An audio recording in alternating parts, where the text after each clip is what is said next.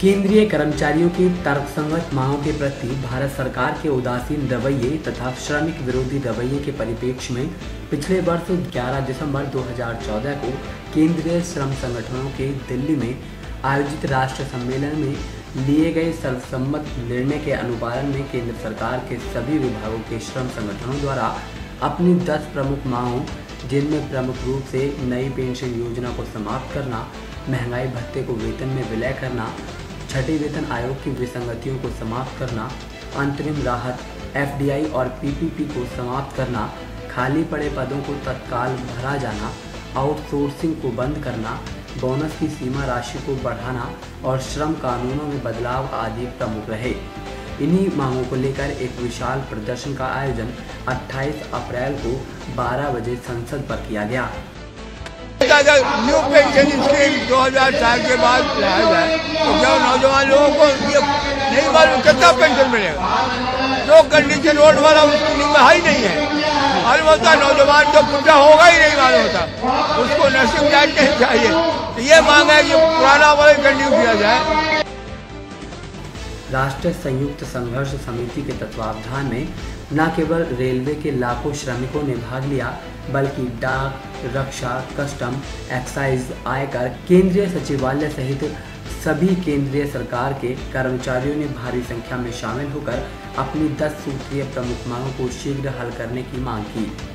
प्रदर्शन में भाग ले रहे कर्मचारी अपने हाथों में मांगों से संबंधित तख्तियां, अपने अपने संगठन के झंडे और बैनर लिए हुए थे तथा मांगों के समर्थन में नारे लगा रहे थे। उनमें भारी जोश नजर आ रहा था। 1 लाख से ऊपर लोग आए हैं, आपने देखा है, और ये पूरे देश में कश्मीर से कन्याकुमारी तक और सारे देश से लोग आने का काम हुआ है। रेलवे के भी पूरे भारतीय रेल से जो है लोग आने का काम हुआ है। मुराद मंडल से हमारी सभी 18 ब्रांचें, महिला मोर्चा और युवा शक्ति, ये सब हमारी सारी संख्या मिलाकर 3000 से ऊपर हो चुकी है। प्रदर्शन करने वाले कर्मचारियों की इस विशाल संख्या से नई दिल्ली का कनॉट प्लेस क्षेत्र भी और संसद मार्ग पूरी तरह से बाधित रहा। प्रदर्शन को संबोधित करते हुए राष्ट्रीय संयुक्त संघर्ष समिति के संयोजक और ऑल इंडिया रेलवेमैन्स फेडरेशन के महामंत्री शिव गोपाल मिश्र ने बताया कि अनेकों शांतिपूर्ण प्रयासों के बावजूद केंद्रीय कर्मचारियों की उपरोक्त समस्याओं का सर्वमान्य हल नहीं निकल पा रहा है और NCJCM जो केंद्रीय कर्मचारियों की समस्याओं के समाधान के लिए बनाई गई है, मुकम्मल व्यवस्था थी, वो भी लगभग प्रभावहीन हो गई है, जिसके चलते संवादहीनता जैसी स्थिति पैदा हो रही है और केंद्रीय कर्मचारियों के समक्ष सीधे संघर्ष के अलावा कोई चारा नहीं है। 23 नवंबर से पहले अदरवाइज सभी रेलवे, डिफेंस और जो है वो पोस्टल सभी कर्मचारी मिलकर के जो है वो 23 नवंबर से हड़ताल पर जाने का 23 नवंबर को पूरे हिंदुस्तान का केंद्र सरकार का कर्मचारी हड़ताल करने जा रहा है और ये भारत सरकार को चेतावनी है। इतिहास इस बात का गवाह है कि इससे पहले भी 1974 में एक बार इंदिरा गांधी जी ने भी यही मांग की थी और रेल मजदूरों से टकराने की हिम्मत की थी और उसका नतीजा ये हुआ कि न केवल उनकी सरकार चली गई बल्कि 9-9, 10-10 स्टेट में उनको एक MP ढूंढने नहीं मिला था। मोदी जी भी समझ जाएं कि ऑल इंडिया रेलवे फेडरेशन या रेल मजदूरों की ताकत कोई छोटी मोटी ताकत नहीं है। उनसे टकराने का नतीजा उनको आगे आने वाले इलेक्शन में पता चल जाएगा। अभी वो 1 साल में जो भ्रम में घूम रहे हैं वो सब पता चल जाएगा। एक दिन संसद में घुस जाने के बाद वो जिंदगी भर के लिए पेंशन पाने का हकदार हो जाता है। जो 40 साल रेल में मजदूरी करता है, जो अपने रेल को इस स्टेज में खड़ा करता है, वो पेंशन पाने का हकदार नहीं है। ये कौन सी देश की नीतियां हैं? कौन सा राष्ट्रवाद है?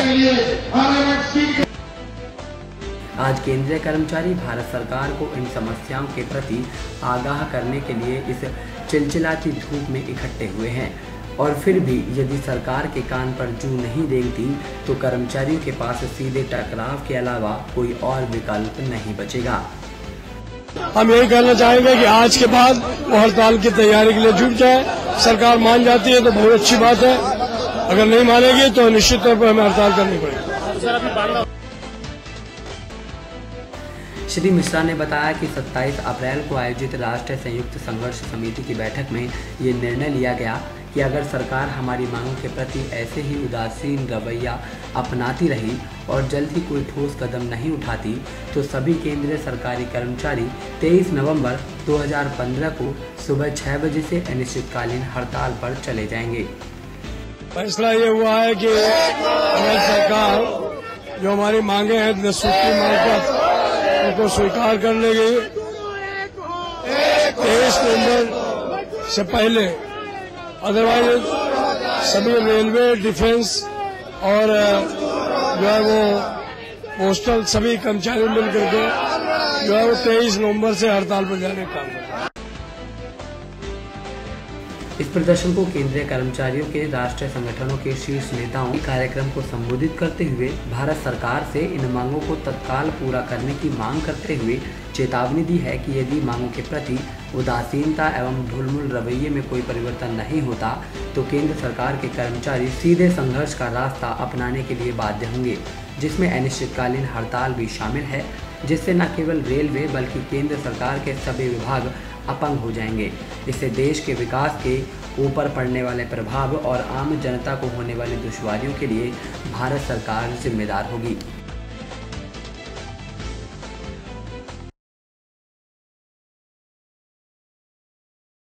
मुरादाबाद मंडल की तरफ से माननीय महामंत्री महोदय को आश्वासन देना चाहते हैं कि आप हड़ताल का बिगुल बजाइए। मुरादाबाद मंडल का एक एक रेल कर्मचारी, एक एक कार्यकर्ता आपके साथ तन मन धन के साथ है और रेल का चक्का जाम कर देंगे। मुरादाबाद मंडल से कोई गाड़ी अगर आ भी जाएगी तो हमारा वादा है मुरादाबाद मंडल से गाड़ी पास नहीं हो सकती। ये हमारा महामंत्री महोदय को आश्वासन। तो हमारा यही है जो हमारे ऑल इंडिया रेलवे फेडरेशन के महामंत्री मिश्रा जी ने जो आदेश किया है हम लोगों के लिए, वही हमारा प्रण है, वही हमारा संकल्प है। 23 नवंबर 2015 को डेट निश्चित की गई है। अगर उस बीच में हमारी मांगे नहीं मानी गई तो हम लोग 23 नवंबर 2015 को सुबह 6 बजे से पूर्ण रूप से अनिश्चितकालीन हड़ताल पर चले जाएंगे। तो साहब हमारे महामंत्री जी के जो भी 10 उनकी अपनी शर्तें हैं, मतलब 10 जो भी उनकी वो है मांगे वो पूरी कराने की, उसमें ज़्यादा से ज़्यादा तादाद में हम लोग CNW ब्रांच से आए। साहब अगर महामंत्री का आदेश होगा, जैसे 23 नवंबर को उन्होंने हड़ताल का आदेश दिया, मांगे पूरी नहीं हुई तो फिर हम हड़ताल पूरी शक्ति के साथ हड़ताल करेंगे। होता है सब कुछ होता है तो हम तो साहब अपना आका पूरा प्रोडक्शन ही बंद कर देंगे, वहां से हम वैगन निकलने ही नहीं देंगे। देखिए 27 तारीख को ऑल इंडिया रेलवे में फेडरेशन की स्टैंडिंग कमेटी हुई थी और उसके ठीक 2 घंटे के बाद संयुक्त वार्ता तंत्र जो हमारा JCA है उसके जितने भी केंद्रीय कर्मचारियों के घटक थे सब लोग मिलकर के ये फैसला किए कि जो हमारी 10 सूत्री मांग है उसको भारत सरकार उसके प्रति बहुत उदासीन है। बार बार कहने के बाद भी इनके कानों पे क्यों नहीं रेंग रही है, इसलिए हड़ताल के अलावा अब हम लोग के पास कोई रास्ता नहीं है। और उस JCA में सबसे पहले लोगों ने ये डिमांड की कि हड़ताल की तिथि निश्चित की जाए। अंततोगत्वा ये फैसला हो गया कि 23 नवंबर से सुबह 6 बजे से पूरे देश में सारे केंद्रीय कर्मचारी हड़ताल पर जाएंगे, जिसमें भारतीय रेल भी है। अब उसके पीछे स्ट्रेटजी ये बनाई गई है कि जो एक संवैधानिक बाध्यता है हमारी कि हड़ताल करने के पहले हमको स्ट्राइक बैलेट लेना पड़ेगा। उसके लिए 7-8 अक्टूबर को पूरे देश में रेल कर्मचारियों से हड़ताल के पक्ष में गुप्त मतदान कराया जाएगा और जब मेजॉरिटी के लोग इस पक्ष में वोट डाल देंगे कि हड़ताल होनी चाहिए, जैसे कि अभी हम लोग पिछले साल स्ट्राइक का बैलेट कराए थे तो उसमें 97% रेल कर्मचारियों ने हड़ताल के पक्ष में वोट दिया था। उसके बाद ये हुआ कि स्ट्राइक बैलेट लेने के बाद अगर रेल कर्मचारी इस मूड में है और स्पष्ट बहुमत देते हुए अगर ये हमको गुप्त मतदान में ये अपना मत देता है कि आप हड़ताल करें तो 5 नवंबर को सारे महाप्रबंधक के कार्यालय पर रेल कर्मचारी प्रदर्शन करेंगे। प्रदर्शन करके वहीं पर शायद जून की जनरल सेक्रेटरी वहाँ महाप्रबंधक को हड़ताल का नोटिस इशू कर देंगे। अब इसके लिए क्योंकि तिथि निश्चित हो गई है, ऑल इंडिया रेलवे में फेडरेशन के महामंत्री का भी ये आदेश है और सारे जोनल रेलवे पे इस बात के लिए वो लामबंदी शुरू हो गई है कि हड़ताल के पक्ष में माहौल बनाया जाए, लोगों को मोबिलाइज किया जाए, क्योंकि बिना हड़ताल के अब हम लोग की डिमांड पूरी होने वाली नहीं है। इस संघर्ष का नेतृत्व कर रही है और हमारे महामंत्री कॉमरेड सुखपाल मिश्रा जी का जो दिल्ली में फैसला है, उसके साथ रेल कर्मचारी जो नार्दर्न रेलवे लाइन्स यूनियन का है, एक एक साथी उनसे कंधा से कंधा मिला के लड़ने के लिए उनकी आवाज़ पर तैयार रहता है। और महामंत्री ने जो फैसला लिया है, यहाँ तक कि सेंट्रल ट्रेड यूनियनों को इकट्ठा करके, तमाम जो जेसीए घटक के ट्रेड यूनियन हैं उनको इकट्ठा करके एक सामूहिक फैसला लेने का काम किया है। और मुझे उम्मीद है कि मुरादाबाद मंडल 74 स्ट्राइक में भी सबसे आगे रहने का काम किया था, इस बार भी 74 के इतिहास को दोहराने का काम नार्दर्न रेलवे में यूनियन का मुरादाबाद मंडल का कर्मचारी